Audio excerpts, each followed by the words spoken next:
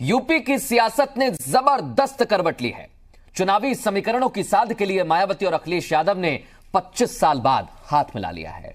1993 में विधानसभा चुनावों से पहले एसपी बीएसपी का गठबंधन हुआ था।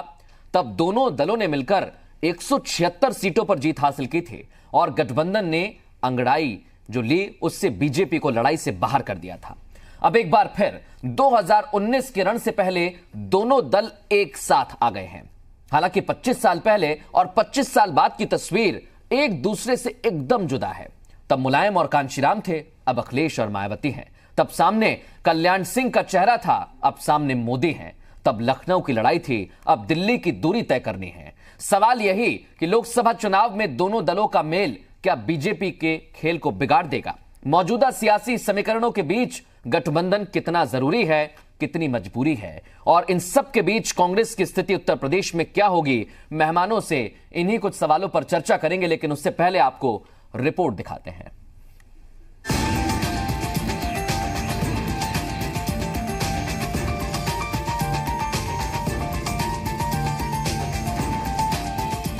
अतीत के आईने में धूल फांक रही ये तस्वीरें कमोवेश 25 साल बाद फिर जिंदा हो गई। सियासी बिसात पर मोहरे वही हैं, सिर्फ चेहरे बदल गए। दिल्ली दौड़ के लिए दुश्मनी को दरकिनार कर यूपी के दो ध्रुव आपस में मिले तो सियासत एक झटके में 360 डिग्री घूम गई। उत्तर प्रदेश में कुल 80 लोकसभा की सीटें हैं, जिसमें से बीएसपी 38 लोकसभा की सीटों पर और एसपी 38 लोकसभा की सीटों पर मिलकर ये चुनाव लड़ेगी।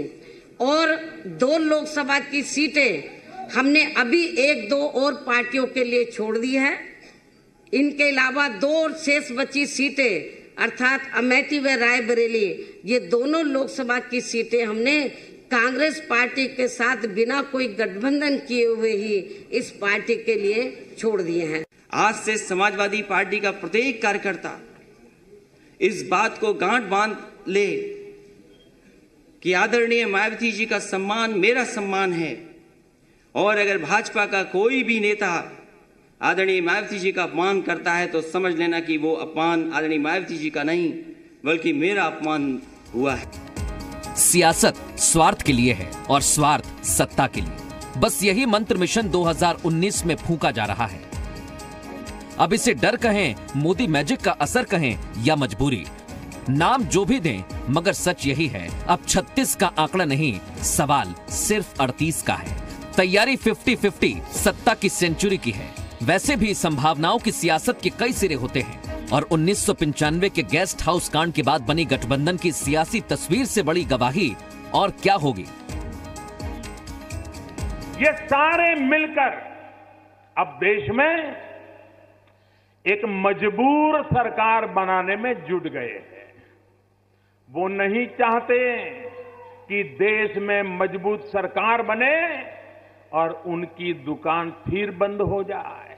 देश व जनहित को इस कांड से भी ऊपर रखते हुए एक बार फिर हमने यहाँ देश में लगभग उसी प्रकार की दूषित राजनीतिक व सांप्रदायिकता के माहौल के मद्देनजर रखते हुए आपस में चुनावी समझौता करने का फैसला लिया। ऐसा नहीं है कि ये तस्वीर एक दिन में ही उकेर दी गई।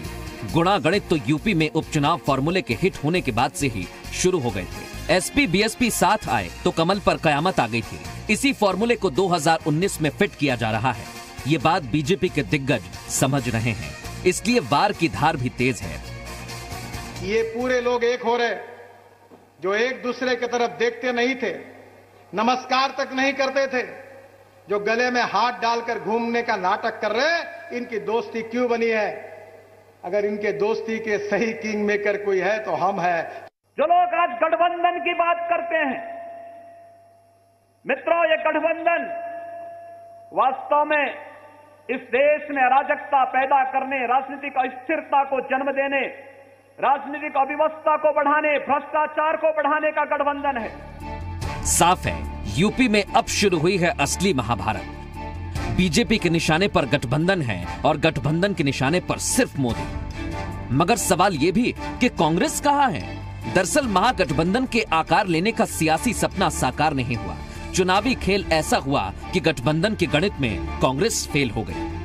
केंद्र व राज्यों में चाहे सत्ता यहाँ कांग्रेस पार्टी या बीजेपी एंड कंपनी के लोगों के हाथों में आए तो भी बात एक ही है।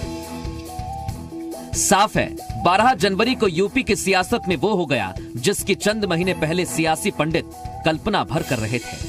खैर, सियासत है भी ऐसा दरिया जहां ना अपना ना कोई पराया। डूबने से बचना है तो मिला लो हाथ, डुबोना है तो छोड़ दो साथ। मायावती अखिलेश ने डूबने से बचने और मोदी को डुबोने के लिए हाथ मिलाया है। देखना होगा कि साइकिल पर हाथी की सवारी मोदी योगी पर भारी पड़ती है या फिर सियासत कुछ और ही रंग दिखाती है। ब्यूरो रिपोर्ट, जी मीडिया। सब अपने अपने समीकरण, अपने अपने बयान और अपने अपनी पैंतरेबाजी से जनता के बीच जाएंगे, क्योंकि सवाल 2019 का है। इसे फतह कौन करेगा ये तो हाल फिलहाल आने वाला वक्त बताएगा, लेकिन अभी कुछ ऐसे पेचीदा सवाल खड़े हो रहे हैं जो वाकई पूछने होंगे, क्योंकि एक दूसरे को लेकर आरोप प्रत्यारोप तो लग ही रहे हैं, एक दूसरे के खिलाफ बयानबाजी भी हो रही है। सीधे रुख करते हैं मेहमानों का। अब्दुल हफीज गांधी हमारे साथ जुड़ गए हैं, समाजवादी पार्टी का पक्ष रखेंगे। नवीन श्रीवास्तव हमारे साथ जुड़े हैं, प्रवक्ता है बीजेपी के। अरुण राजभर आज हमारे साथ मौजूद हैं, महासचिव हैं सुहेलदेव भारतीय समाज पार्टी के। संतोष यादव हमारे साथ थोड़ी देर में जुड़ जाएंगे, आरएलडी का पक्ष रखेंगे। अतुल चंद्र जी मौजूद हैं वरिष्ठ पत्रकार के रूप में, और फरहत रईस हैं हमारे साथ प्रगतिशील समाजवादी पार्टी के पक्ष रखने के लिए। आप सभी मेहमानों का बहुत स्वागत है यूपी मांगे उत्तर में। और पहला सवाल मैं नवीन श्रीवास्तव आपसे ही पूछना चाहूंगा। सर, आज जो गठबंधन हुआ है, क्या आपके लिए चुनौती है? देखिए, आज गठबंधन नहीं हुआ, ये भय बंधन हुआ है। ये उन दो दलों के बीच भय बंधन हुआ है जो पिछले 15 वर्षों से उत्तर प्रदेश में जात पंथ धर्म मजहब की राजनीति कर सरकार बनाते थे और अपना और अपने परिवार का विकास करते थे। 2014 और 17 के उत्तर प्रदेश के लोकसभा विधानसभा चुनाव में जिस प्रकार से इनको करारी शिकस्त मिली, उससे घबराकर अपने अस्तित्व को बचाने के लिए इन्होंने यह भय बंधन किया है। चिंता उनको होनी चाहिए जो आज के तारीख में 3 राज्यों की अल्पमत की जीत से सरकार बनाने वाले पार्टी के राष्ट्रीय अध्यक्ष है और प्रधानमंत्री नरेंद्र मोदी जी के विकल्प के रूप में अपने को प्रस्तुत कर रहे हैं। उत्तर प्रदेश में उनको दक्षिणा के रूप में, दान के रूप में किस प्रकार कुछ सीटें आज छोड़ने की घोषणा की है इन लोगों ने, या उनके लिए चिंता का विषय है। चूंकि देखिए, आप इसे चुनौती नहीं मानते? राजनीतिक समझ रखने वाला हर व्यक्ति जानता है कि बिना उत्तर प्रदेश की बड़ी विजय के आप दिल्ली की सत्ता नहीं पा सकते हैं जी। और यह भी सत्य है कि रायबरेली और अमेठी की जो दोनों सीटें इसलिए नवीन जी, क्या आप चुनौती मानते हैं कि नहीं मानते हैं? के पिछले 2-3 बार से ये लोग नहीं जीत पाए। चुनौती मानते हैं कि नहीं मानते हैं? देखिए, चाहे खेल का मैदान हो, चाहे परीक्षा हो, चाहे राजनीति में चुनाव हो, जो भी विपक्ष में है उसको हम कभी कमजोर नहीं मानते हैं। और यह दोनों दल चूंकि पिछले 15 वर्षों में उत्तर प्रदेश में सत्ता में काबिज रहे हैं, एक वोट बैंक बनाने का इन्होंने छद्म प्रयास जरूर किया था। ठीक है सर, लेकिन मैं इतना कहना चाहूंगा, जो आपने कहा है से ये बुरी तरह से हारे, तो कहीं ना कहीं इनका परिवारवाद जनता के ऊपर जो भारी हुआ था वो एक्सपोज हो गया। नवीन जी, आपने कहा है कि आज हम किसी को कमजोर नहीं आंकते हैं, और उसका बड़ा कारण मुझे लगता है उपचुनाव में आपकी हार है। हम लोगों को आवाज नहीं मिल रही। देखिए, उपचुनाव हो, कोई टेस्ट हो, कोई परीक्षा हो, सबकी अलग अलग सिलेबस होते हैं, सबकी अलग अलग परिस्थितियां होती हैं। 2018 के उत्तर प्रदेश के उपचुनाव के परिणाम से, उस माहौल से आप 19 की तुलना नहीं कर सकते हैं। मैं सीधे आगे करूंगा। देखिए, गोरखपुर की परिस्थितियां दूसरी थी, फूलपुर दूसरी थी। बिल्कुल। 2019 का चुनाव नरेंद्र मोदी जी के नेतृत्व की सरकार के 4.5-5 वर्ष के काम और उनके व्यक्तित्व पर होगी, जो देश के लिए उन्होंने किया है, सबका साथ सबका विकास। तो निश्चित रूप से भारतीय जनता पार्टी की सरकारों ने केंद्र और राज्य में जो काम किया है, मैं आपके पास फिर लौटूंगा आधार पर हम 2019 और मैं कोशिश करूंगा कि मेरी आवाज शायद हाफिज गांधी साहब तक नहीं पहुंच रही है, अरुण साहब तक नहीं पहुंच रही है। कोशिश हम करेंगे कि उन तक हमारी आवाज बहुत जल्द पहुंचे, क्योंकि सीधा सवाल उनसे ही करना था। उससे पहले एक प्रतिक्रिया हम ले लेते हैं। वरिष्ठ पत्रकार के रूप में हमारे साथ मौजूद हैं अतुल चंद्र जी। अतुल चंद्र जी, क्या आपको लगता है कट गया भाई कि स्थितियां जो 1993 में थी वो अब नहीं है। और एक बात और, आज का जो ये गठबंधन है इसमें मायावती ने कांग्रेस पर हमला बोला है, लेकिन अखिलेश यादव कांग्रेस के ऊपर हमला करने से बचते नजर आए।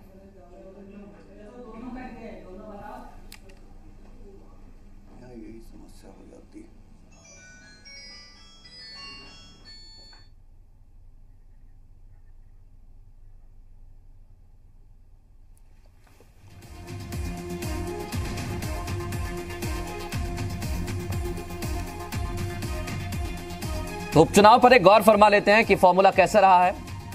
2014 के बाद उत्तर प्रदेश में उपचुनाव हुए और ये उपचुनाव बड़े खास सीटों पर थे, जिसमें गोरखपुर लोकसभा सीट थी जो सीएम योगी की सीट थी।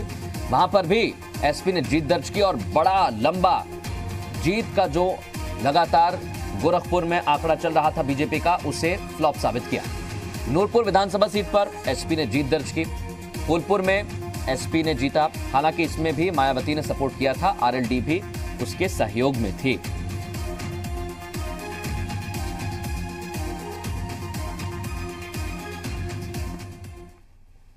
और बहुत सारे सवाल बीजेपी की तरफ से खड़े हुए हैं। हाफिज साहब, उम्मीद करता हूं अब आपको बहुत अच्छे से आवाज आ रही होगी। नवीन श्रीवास्तव कहते हैं कि उपचुनाव की तस्वीर कुछ और थी, 2019 की तस्वीर कुछ और है। इतनी बड़ी चुनौती नहीं मान रहे हैं वो आपको।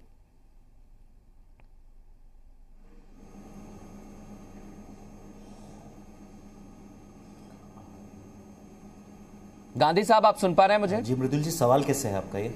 जी मेरा आपसे ये हाफिज साहब, सवाल रिपीट कर दीजिए थोड़ा सा। बीजेपी आपको इतनी बड़ी चुनौती नहीं मान रही है, क्योंकि उनका कहना है कि उपचुनाव में स्थिति और थी, 2019 में कुछ और होगी।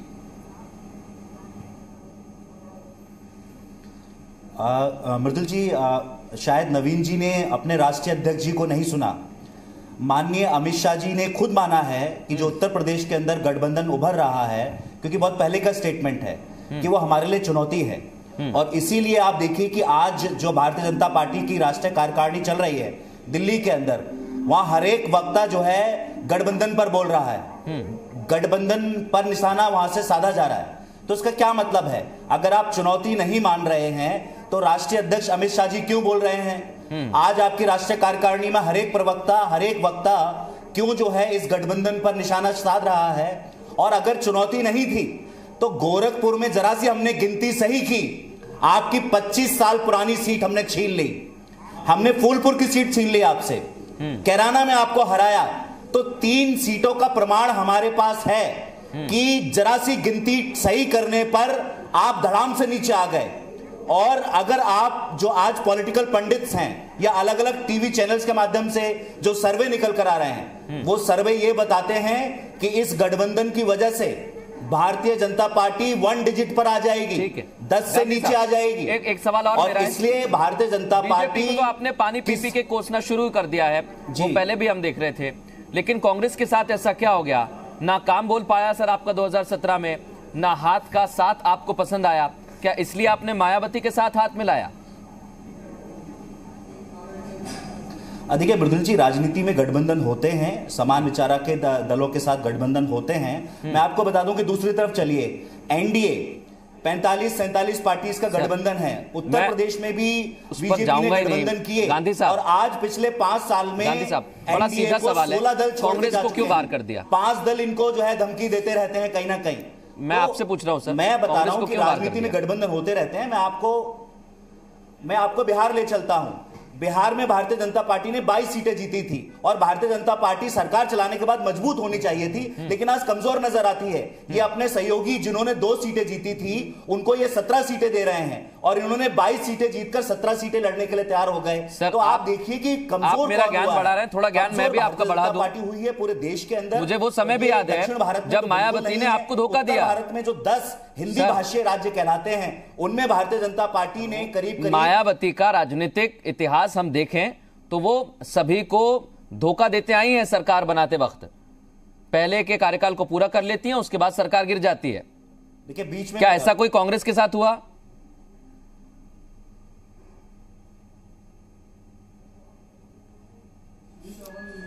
गांधी साहब, टेक्निकल फॉल्ट है। मृदुल जी बीच में आवाज चली जाती है, इसलिए मैं बार बार नहीं सुन पा रहा हूं। मैं आपको बिहार के एग्जांपल दे रहा था, जहां पर भारतीय जनता पार्टी ने 22 सीटें जीती थी और जेडीयू ने 2 सीटें जीती थी। आज जिस जेडीयू को ये बार बार कह रहे थे कि उनका डीएनए खराब है, आज उसी जेडीयू के साथ सरकार चला रहे हैं और उस 2 गांधी साहब को 27 उम्मीद करता हूं इस बार आवाज नहीं जाएगी और खुद 22 मेरे सवाल ही इतना तीखा है कि पहुंच ही नहीं पा रहा है वहां तक। तो मैं आपसे यही बोल रहा हूं सर, आप मुझे एनडीए के गठबंधन का गणित समझा रहे हैं, मैं आपसे सिर्फ सीधा पूछ रहा हूं कि आपने कांग्रेस को क्यों बाहर कर दिया? ऐसा क्या हो गया, ऐसा हाथ का साथ क्यों आपको पसंद नहीं आया?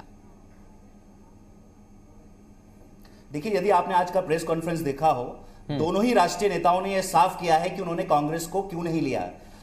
जहां तक बात है कि उत्तर प्रदेश के अंदर हम सशक्त हैं भारतीय जनता पार्टी को हराने के या नहीं हैं, तो हम भारतीय जनता पार्टी को पूर्णतः मैं आगे और भी सवाल करूंगा, मेरे साथ आरएलडी के मेहमान भी जुड़ जाएंगे गांधी साहब, तो उनका भी सवाल लूंगा मैं, क्योंकि आज वो बहुत सारे सवाल आपसे करने वाले हैं। आपके पास लौटूं, अरुण राजभर से कमेंट ले लेता हूं। अरुण राजभर, उत्तर प्रदेश में गठबंधन तो हो गया है, लेकिन आपकी नाराजगी क्या अब बीजेपी से दूर होगी? आपने कुछ बातचीत उनसे की है?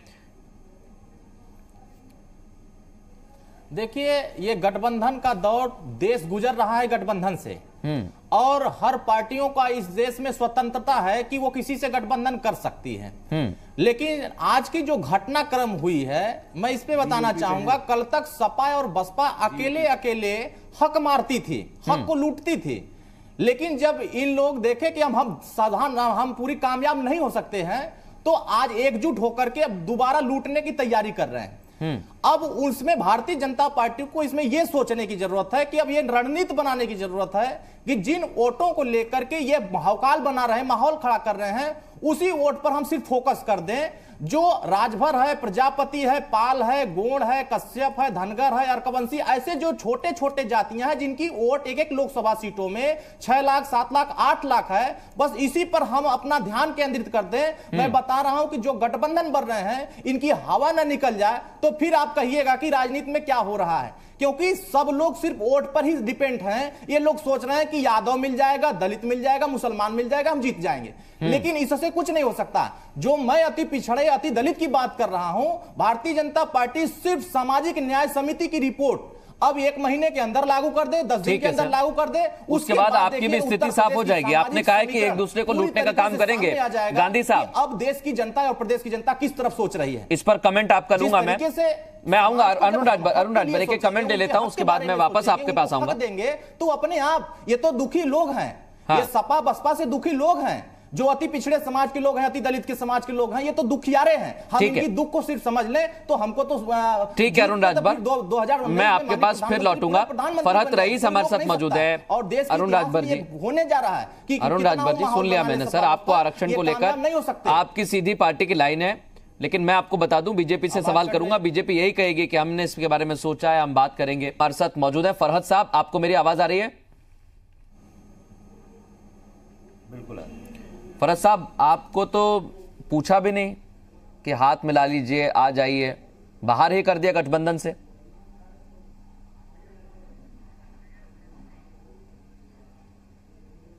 फरहत साहब, आप मुझे सुन पा रहे हैं?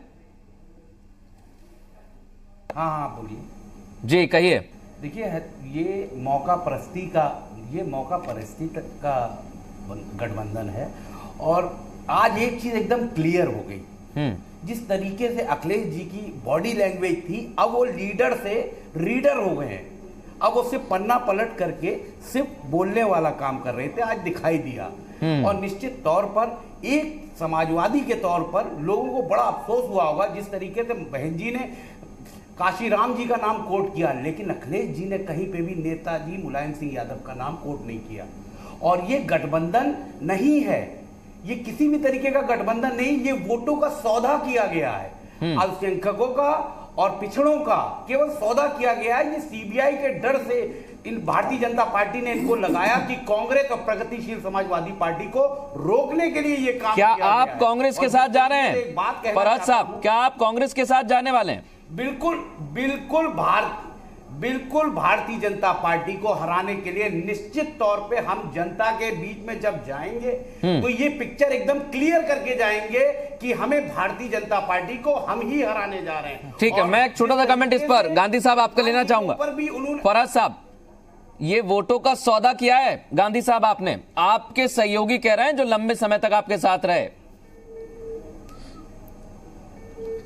देखिए एक बात बताऊं कि जब तक गठबंधन की बात चल रही थी और सीटें मांगी जा रही थी कि बार बार स्टेटमेंट आ रहे थे हर दल की तरफ से कि हमें भी इस गठबंधन में साझा किया जाए, और जब साझा नहीं किया गया तो आप समझ सकते हैं, दुख और पीड़ा समझ सकते हैं किसी की, उस दुख पीड़ा में इस तरह के वक्तव्य दिए जाते हैं। मृदुल जी, एक गठबंधन 1.5 साल पहले हुआ था, चुनाव से पहले हाफ, चुनाव के बाद एकदम अखिलेश जी साफ होने जा रहे हैं, ये क्लियर हो चुका है। और एक चीज और गांधी जी से पूछना चाहता हूं, क्या नेताजी का मुकदमा वापस होगा?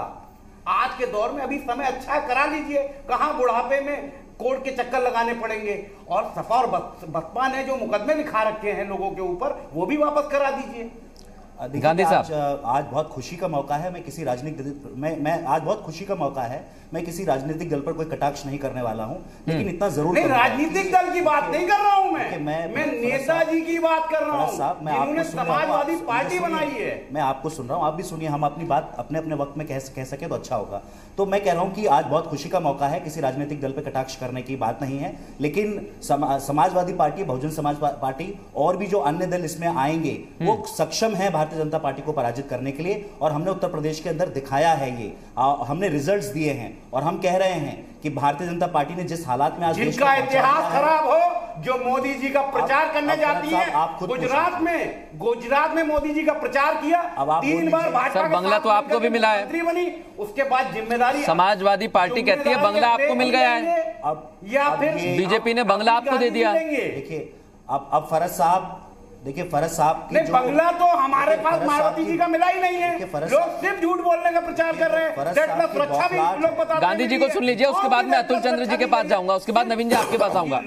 गांधी जी, आखिरी कमेंट आपका सर इस पर, फरज साहब फिर आऊंगा आपके पास। मृदुल जी, जो फरज साहब की बौखलाहट हम समझ सकते हैं, बौखलाहट, इसलिए हम बहुत ज्यादा इस पे प्रतिक्रिया जाहिर नहीं करेंगे। नेताजी का नाम ले लेते, कभी नेताजी को भी घर से बाहर लेने जाते, ये वाकई टीज तो है, क्योंकि कई मर्तबा शिवपाल यादव ने कहा कि हमें इस गठबंधन में अगर शामिल करेंगे तो कोई एतराज नहीं है, तो समाजवादी खुश तो हो जाते। और नेताजी हमेशा समाजवादी पार्टी के साथ कहां पे हैं, किस जगह हैं, ये तो बता दीजिए। कमरे में बंद कर दिए, 9 दिसंबर की रैली में तौर पे भारतीय जनता पार्टी को हम लोग अपमान करने की कोशिश की गई। और मैं आऊंगा गांधी साहब आपके पास भी आ रहा हूं। फरज साहब, आपको रोकना चाहूंगा, अतुल चंद्र जी से एक प्रतिक्रिया लेता हूं मैं। अतुल चंद्र जी, स्थिति आपने खुद देखी है, क्या इस गठबंधन में वो बात है जो 1993 में थी, या फिर चुनौती दोनों तरफ से है, अभी रहा आसान नहीं है? देखिए, 1993 में जो गठबंधन था वो विधानसभा के लिए था, और हमेशा ये देखा गया है कि विधानसभा और लोकसभा के चुनावों में जनता अलग ढंग से वोट करती है, वो इश्यूज भी नहीं रहते हैं जी। आज जो गठबंधन हुआ है उसमें देखने वाली बात होगी कि क्या यादव वोट बहुजन समाज पार्टी को ट्रांसफर हो जाएंगे, क्या यादव दलितों को वोट देंगे, क्योंकि सबसे ज्यादा वैमनस्य अगर है तो इन्हीं दोनों जातियों में है। और दूसरी बात जो है वो ये है कि मायावती ने कांग्रेस को क्यों अलग रखा, ये उन्होंने बता दिया। बिल्कुल, उन्होंने कहा कि अखिलेश यादव का अनुभव और हमारा अनुभव 93 का ये कहता है, 96 का, कि कांग्रेस का वोट ट्रांसफर नहीं होता है। तो वोट ट्रांसफर जो है वो की इश्यू है इस गठबंधन में।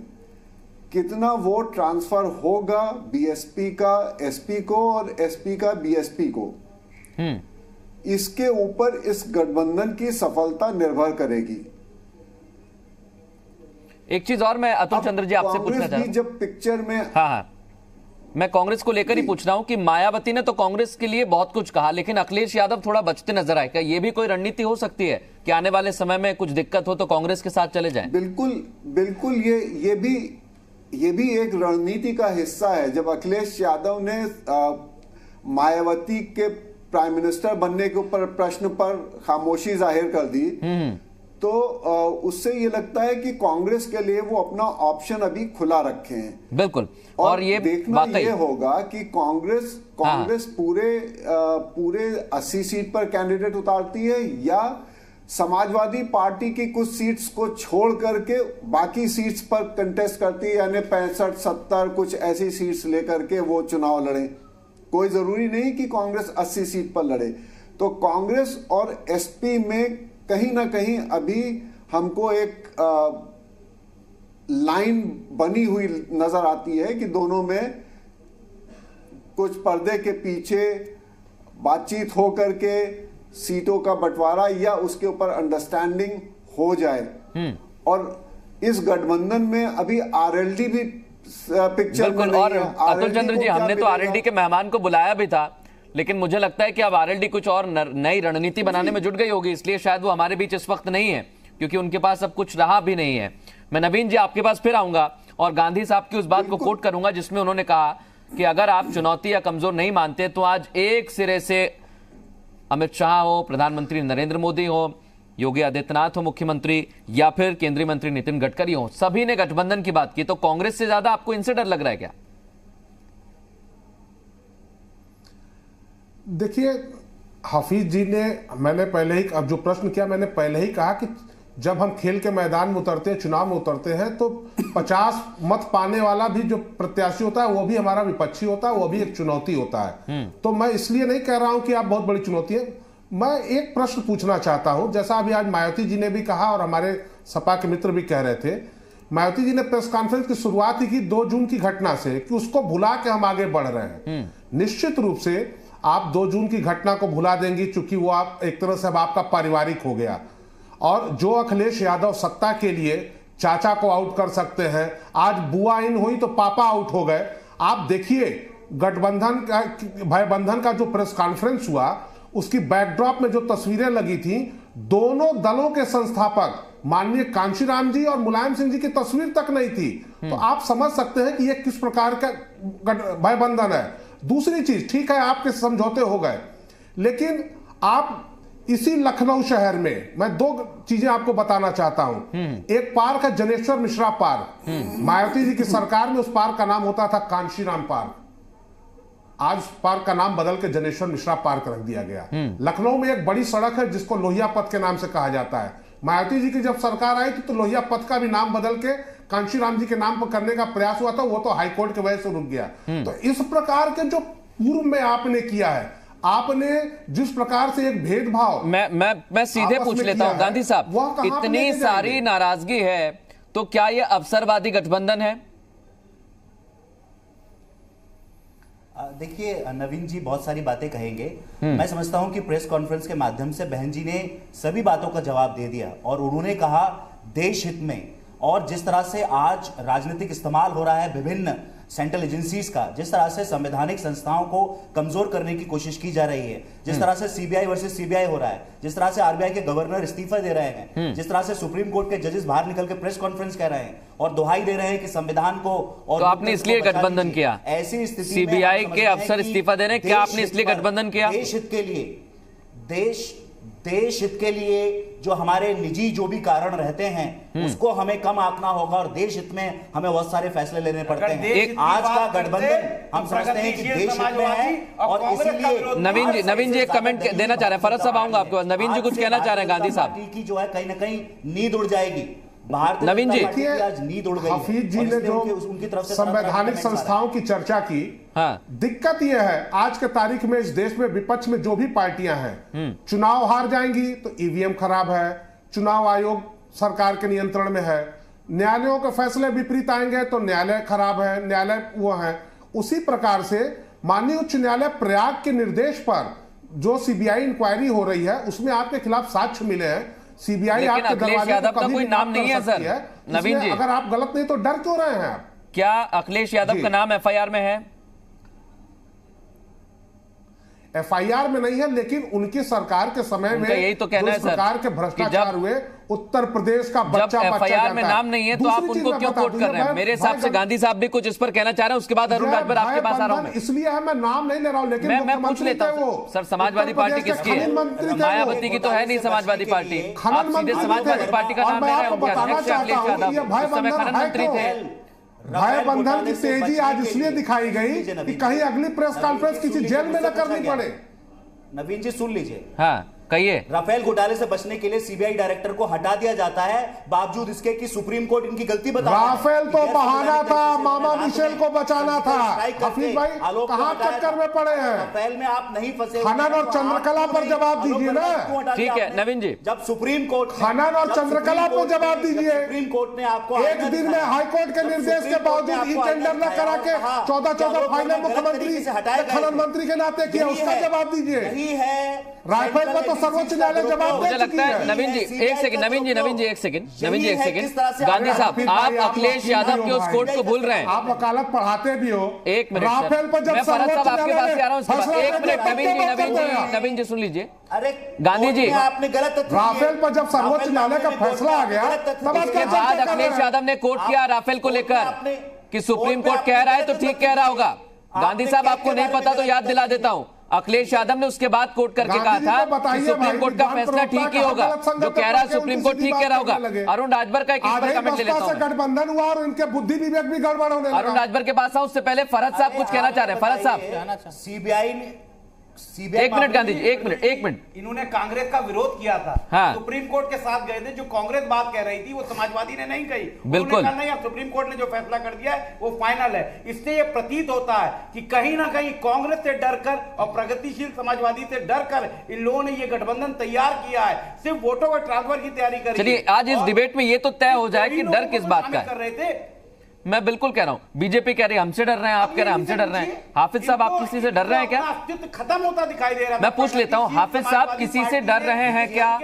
फरहत साहब जो आपने पूछा वही मैं पूछ रहा हूं, सुन लीजिए अब क्या बोल रहे हैं वो। नहीं डरते, देखिए हम किसी से नहीं डरते, लेकिन नहीं आपकी लड़ाई सीधे किससे सर ये बताइए मुझे। तो रोड पे आइए, डरने का छोड़िए, लड़ाई किससे सीधे? और इलेक्शन के माध्यम से, इलेक्शन ही एक ऐसा जरिया है जिससे सरकारों को बदला जा सकता है। और इलेक्शन के माध्यम से हम सरकार को बदलना चाहते हैं, कौन सा लोकतांत्रिक तरीका है, बताइए।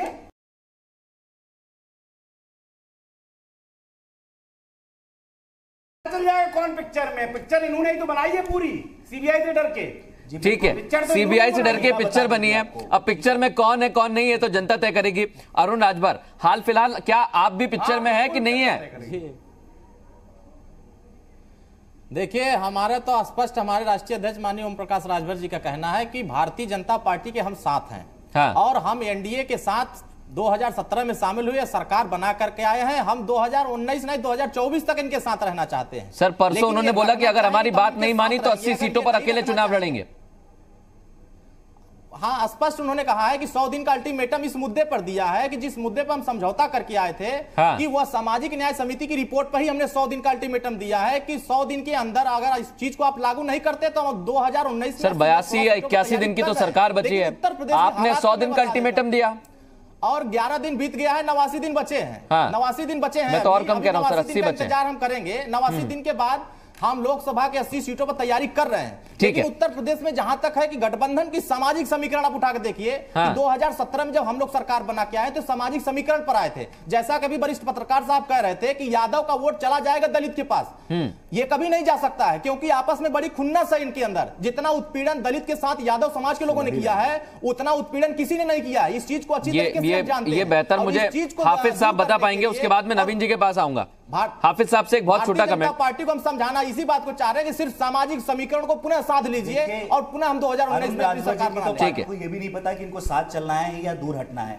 नहीं बोल दिया उन्होंने 2024 तक जाएंगे, 80 दिन बाद फैसला करेंगे। फैसला नहीं कर पा रहे हैं, लेकिन जहां तक मैं बताऊं नहीं वो हमारा दिक्कत नहीं है। भारतीय जनता पार्टी से हमारा नीतियों से समझौता है। लेकिन आज मैं बता दूं कि आज जो बोल तोल का समझौता हमने सपा बसपा की तरह नहीं किया है। सभी डरे हुए हैं। हम सामाजिक न्याय के लिए समझौता किया है। हक अधिकार करवाने के लिए समझौता किया है। 30 नवंबर का हम दलितों, पिछड़ों, अल्पसंख्यकों को हक दिलाने के लिए समझौता किया, लेकिन 4 बार आपने सरकार बनाया, अति पिछड़ों को कितना हक दिया? अब जिसको डेडलाइन दी जा रही है, आपने कितना हक दिया? हाफिज साहब, जिसको डेडलाइन दी जा रही है, मुझे लगता है उनसे भी पूछना चाहिए कि वो डेडलाइन को मान भी रहे हैं कि नहीं मान रहे। कितने पिछड़ों को इन्होंने नवीन जी, क्या आप डेडलाइन को मान रहे हैं? 89 दिन दे रहे हैं वो आपको, उसके बावजूद भी इनकी तबीयत ठीक नहीं हुई। मैं पूछ लेता हूँ नवीन जी, उत्तर प्रदेश में एक सेकंड, अरुण राजभर, समाजवादी पार्टी और बसपा गठबंधन के बाद, हाँ जी मैं नवीन जी कुछ कह रहे हैं आपके पॉइंट पर, सर सुन लीजिए, ये जो बाद में आप कहेंगे मुझे आवाज नहीं आई। उत्तर प्रदेश में, हाँ उत्तर प्रदेश में भारतीय जनता पार्टी का अनुप्रिया पटेल जी और माननीय ओम प्रकाश राजभर जी के दलों से जो समझौता है वह समझौता बहुत मजबूत है। 2019 का लोकसभा चुनाव हम मिलकर लड़ेंगे। जो इश्यूज हैं, ओम प्रकाश राजभर भी सबका साथ सबका विकास के तहत उन्होंने अपनी कुछ बातें रखी हैं और वह भी वही चाहते हैं जो माननीय नरेंद्र मोदी जी चाहते हैं कि समाज में रहने वाले हर वर्ग को उनकी दिक्कतों के अनुसार उनको सरकारी लाभ मिले और भारतीय जनता पार्टी इस दिशा में काम कर रही है। ओम प्रकाश राजभर जी की मांग पर भी भारतीय जनता पार्टी का नेतृत्व विचार कर रहा है। ये कहीं कोई दिक्कत नहीं होनी है। मैं एक चीज बस सिर्फ कहना चाहता हूं, देखिए समाजवादी पार्टी के हमारे मित्र बहुत सारी बातों को कहा उन्होंने। भारतीय जनता पार्टी बार बार ये चर्चा आ रही है कि उपचुनाव के परिणाम हम लोग मिलकर लड़े थे तो आपको हरा दिए थे 18 में, 19 में क्या होगा? अभी वरिष्ठ पत्रकार अतुल चंद्रा साहब ने भी उसको बताया कि अलग अलग चुनाव के अलग अलग चीजें होती हैं, परिस्थितियां होती हैं, इश्यूज होते हैं। आप देखिए 2014 में जब भारतीय जनता पार्टी की केंद्र में सरकार बनी तो उस समय न हम केंद्र में थे न प्रदेश में थे। आज केंद्र में नरेंद्र मोदी जी के नेतृत्व की सरकार ने और यूपी में योगी आदित्यनाथ जी के नेतृत्व की सरकार ने, हमारा एक मोटो है सबका साथ सबका विकास और समाज के अंतिम व्यक्ति के विकास के लक्ष्य को। सर वो कहते हैं आप जातिगत राजनीति करते हैं, हम उस आधार पर, मायावती ने आज ही 5-7 बार कहा है सर, अगर आपने ध्यान से प्रेस कॉन्फ्रेंस सुनी हो। राजनीति नहीं, सुन लीजिए मैं बता दूं एक मिनट। मायावती जी जो कहती हो, मायावती जी को मुबारक हो, लेकिन आज मायावती जी ने जिनके साथ गठबंधन किया है, मैं आपकी जानकारी के लिए 2 घटनाएं उत्तर प्रदेश की बताना चाहता हूं, अगर आप समय दें। बताइए। उत्तर प्रदेश में समाजवादी पार्टी की सरकार में 2 पुलिस अधिकारियों की हत्या हुई। एक के परिवार को मुआवजे के रूप में 50 लाख रुपए और 2 नौकरी, और दूसरे परिवार को 20 लाख और 1 नौकरी। क्यों? वो एक अधिकारी हिंदू था, एक मुसलमान था। तो जिस सरकार में शहीदों की शहादत में हिंदू मुसलमान होता। दूसरी एक घटना मैं बता दूं, अभी सर हाल नजदीक की है, यही तो है सर। पार्टी के आप उनका एग्जाम्पल देते हैं, वो आपका एग्जाम्पल देंगे। हाफिज साहब भी आपका एग्जाम्पल दे देंगे। संसद में कहा कि कासगंज में चंदन गुप्ता का हत्यारा नॉन मुस्लिम है। जो सरकार, जो पार्टी शहीदों की शहादत को हिंदू मुसलमान करती हो, जो अपराधियों को भी हिंदू मुसलमान कहती हो, उससे आप बात करिए कि वो सांप्रदायिक जातिवादी है। भारतीय जनता पार्टी की सरकारों की एक पॉलिसी आप बता दीजिए जिसमें किसी के साथ जाति और धर्म के आधार पर भेदभाव हुआ है। प्रधानमंत्री आवास हो, उज्ज्वला गैस योजना हो, या जितनी हमारी योजनाएं हैं, ठीक है सर, आप एक घटना बता दीजिए। नवीन जी भारतीय जनता पार्टी, नवीन जी आऊंगा सर आपके पास। ये योजना हिंदू, नवीन जी एक सेकंड, नवीन जी मुसलमान को नहीं, नवीन जी एक सेकंड, अतुल चंद्र जी बेहतर तरीके से बता पाएंगे आप सभी को। ईटा और बंदूक किसने थमाई थी बुलंदशहर में, सिर्फ इतना बताइए। ठीक है, मैं अतुल चंद्र जी से प्रतिक्रिया लेता हूं, उसके बाद आऊंगा फरज साहब आपके पास से आऊंगा। अतुल चंद्र जी, कोई कहता है कि आप जाति की राजनीति करते हैं, कोई कहता है कि हम सांप्रदायिक ताकतों के खिलाफ खड़े हुए हैं। क्या वाकई 2019 जातिगत और धर्म के आधार पर लड़ा जाएगा, या फिर विकास की जो बात कही जाती है वो भी कहीं हमें इधर उधर दिखेगा मुद्दा? देखिए, उत्तर प्रदेश में जो भी चुनाव होता है उससे आप जाति और धर्म को अलग कर ही नहीं सकते। जाति को लेकर के आज अखिलेश यादव ने कितनी बातें गिना दी। रवीन जी बता रहे हैं कि किस तरह से तुष्टीकरण हो रहा था अखिलेश यादव के जमाने में। तो और बुलंदशहर की घटना जो हुई उसमें कितनी मुश्किल से बजरंग दल और भारतीय जनता पार्टी के लोगों को पकड़ा गया। क्यों वहां पर गायों के कार्कस आ गए इतने सारे एकदम से। किसने मारा उस पुलिस इंस्पेक्टर को। तो आप अगर इतिहास देखें उत्तर प्रदेश का, तो यहां पर धर्म और जाति ही है सब कुछ। बिल्कुल। यही एक कारण है कि आज भी प्रदेश का विकास नहीं हो पाया है और ये बहुत अफसोस की बात है। बड़ा सवाल भी है, हमेशा से उठता रहा है कि जो पार्टियां खुद जाति के नाम पर बनी हैं, जाति के नाम पर राजनीति करती हैं, वो भी ये बताती हैं कि आप भी जातिगत राजनीति करते हैं। अब ये बड़ा सवाल है और फरहद साहब आपको इस चर्चा में लेके आना चाहूंगा मैं। आप भी समाजवादी पार्टी में थे पहले, उसके बाद शिवपाल यादव अलग हुए, उन्होंने अपनी नई पार्टी बना ली। अब आप क्या कहेंगे सर, जातिगत राजनीति कौन करता है? देखिए, आज जयचंद कौन है, परिवार का जयचंद कौन, प्रदेश का जयचंद कौन, ये बिल्कुल निश्चित हो गया। दुश्मनों के घरों में जा करके आपने सर टेक के रख दिया। ये कौन है ये पता है। नेताजी की बात तक नहीं करते हैं, नेताजी का अपमान करते हैं। चाचा के बारे में वो कह रही भ्रष्ट हैं। अरे वो अपना तो दामन देख लेते, सिर्फ टिकट बेचने का काम किया उन्होंने और भ्रष्टाचार, हमेशा भ्रष्टाचार किया है। कितनी जांचें चल रही इनके ऊपर। उन्होंने माननीय शिवपाल सिंह यादव जी के ऊपर आरोप लगा दिया, जिन्होंने 4 दशक से सिर्फ भारतीय जनता पार्टी का विरोध किया और जिसका दामन हमेशा साफ रहा। और उसने आरोप लगाया, बगल में भतीजा बैठा था। ये भारतीय जनता पार्टी के लोग नहीं और किसके लोग हैं? कांग्रेस का विरोध वहां बैठ के कर रहे थे। और क्या कर रहे थे ये लोग? इन लोगों ने क्या किया ये एकदम स्पष्ट हो गया है। ये लोग सिर्फ सौदा कर रहे हैं अल्पसंख्यक के वोटों का और अन्य पिछड़ों को। मैं पूछ लेता हूं, आप उन्हें सौदागर बता रहे हैं, आप उन्हें जयचंद कह रहे हैं। गांधी जी, आप किस किस को डिफेंड करेंगे आज? समाजवादी पार्टी को और बहुजन समाज पार्टी दोनों को करेंगे क्या? देखिए खिसियाट है और खिसियाट में किस तरह की शब्दावली का इस्तेमाल किया जा रहा है। मैं समझता हूं कि इस तरह की शब्दावली से आप अपनी शब्दावली उस समय भूल गए जब नेताजी और शिवपाल जी का नाम ले रहे थे, शिवपाल जी का नाम शिष्टाचार नहीं चाहिए। शिष्टाचार की सीमा में रहिए और शिष्टाचार की सीमा है। क्या है राजनीति में आरोप प्रत्यारोप लगते रहते हैं, लेकिन शिष्टाचार की सीमा है। समाजवादी पार्टी हमेशा शिष्टाचार की सीमा का सम्मान करती रही है, लेकिन आपकी जो शब्दावली है वो शब्दावली लोकतांत्रिक नहीं है, बिल्कुल शिष्टाचार युक्त नहीं है। आप राजनीति में हम समझते हैं कि शिष्टता का ध्यान रखिए और इस तरह की शब्दावली से बचिए। जिस तरह की आप शब्दावली कर रहे हैं, आप राजनीति करने के लायक ही नहीं है। आप बीटी होकर रह गए हैं किसी राजनीतिक पार्टी की और उस राजनीतिक पार्टी के उद्देश्यों को पूरा करने के लिए आज आप उत्तर प्रदेश की 2017 जैसी स्थिति बन रही है। 2017 जैसी स्थिति बन रही है। मैं आपको आप दोनों थोड़ा सा धैर्य रखें, अभी तो आने वाले वक्त में चुनाव है। अरुण राजभर कहिए। 6 महीना पहले समाजवादी पार्टी में थी, समाजवादी पार्टी में थी, तो उस समय 4 बार तो खूब सत्ता में रह करके इन लोगों ने खूब न्याय दिया था।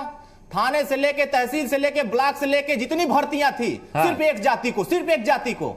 तब तो उस समय कोई आवाज नहीं उठाया। अखिलेश यादव जी उस समय नहीं समझ में आया। शिवपाल यादव जी 59 विभागों की मालिक बने थे। उस समय भर्तियां होती थी, पहले लिस्ट चली जाती थी। सबसे ज्यादा एसडीएम बनाने का काम यादव का इन लोगों ने किया, सबसे ज्यादा वीडियो बनाने का काम इन लोगों ने यादव का किया। तो एक जाति को आपने देखा तो ये क्या साबित किया है? क्या साबित किया? ये तो स्पष्ट हाई कोर्ट ने फैसला आया था 46,410 पुलिस की भर्ती में 37,000 अकेले एटा एटावा कन्नौज की यादवों का भर्ती हो गया। राजभर साहब, एक मिनट। जो आप कह रहे हैं जातिगत राजनीति ये करते हैं, ऐसा किया वैसा किया, आप भी तो सर वही कह रहे हैं कि इतनी जातियों को इतना आरक्षण दे दीजिए। वो कौन सी राजनीति हुई? हाँ बिल्कुल, मैं वो कह रहा हूं कि जिसको न्याय नहीं मिल रहा है, सपा की सरकार बनी, यादव का ध्यान, बसपा की सरकार बनी, अनुसूचित जाति का ध्यान। तो अब जो अनुसूचित जनजाति में जो अति पिछड़े समाज के हैं, अति दलित समाज के लोग हैं, उनको कब न्याय मिलेगा? उनको कब न्याय देंगे? 4 बार आपने सरकार बनाया, आपके चैनल के माध्यम से बता देता हूँ, एक राजभर को ये लोग दरोगा बना दिए हो, एक राजभर को ये डीएम बना दिए होते, तो मैं वही तो है कि हम इनके लिए खड़े हैं, हमारा कर दो, हम इनके लिए खड़े हैं, हमें वोट दे दो। बात तो इतनी सी है। नवीन जी, मैं आपके पास आ रहा हूँ। मैं एक मिनट गांधी जी, नवीन जी को मैं इस चर्चा में इसलिए लेके आ रहा हूँ क्योंकि राजभर साहब उनके साथ ही जुड़े हुए हैं, कैबिनेट में मंत्री भी हैं। नवीन जी, जाति को लेकर कई बार सवाल उठ चुके हैं। अरुण राजभर वो कहते हैं कि आरक्षण को लेकर आप अब तक उनके साथ क्या करने वाले हैं ये बताते ही नहीं है। नहीं, मैंने पहले ही बताया कि ओम प्रकाश राजभर जी ने जो विषय उठाया है, उत्तर प्रदेश में माननीय राजनाथ सिंह जब मुख्यमंत्री थे उस समय भी समिति का गठन हुआ था, लेकिन रिपोर्ट आने के पहले हमारी सरकार चली गई। क्या गठबंधन आने के बाद कोई फैसला लेंगे? अब गठबंधन हो गया, इसके बाद कोई फैसला लेंगे? नहीं, मैं वही बता रहा हूं, योगी आदित्यनाथ जी की सुन लीजिए जरा।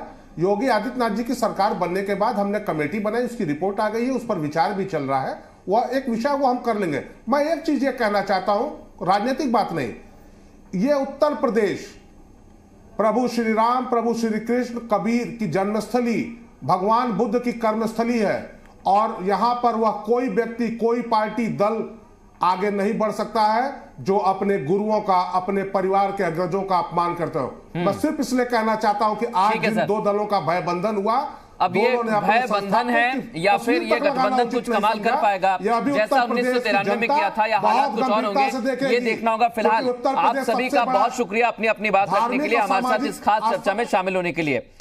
तो स्थितियां बहुत अलग हैं, 25 साल बाद वक्त बदला है, स्थितियां बदली हैं, चेहरे बदल गए हैं। अखिलेश मायावती साथ हैं, पहले मुलायम और कांशीराम थे, उधर कल्याण सिंह थे, इधर मोदी की तस्वीर सामने है। सवाल दिल्ली का है, और दिल्ली का जब सवाल आता है तो गठबंधन भी होता है, आरोप प्रत्यारोप भी लगते हैं। अब देखना होगा कि कौन किस तरफ जाता है और जीत का सेहरा 2019 में किसके सर बंधता है। फिलहाल इतना ही।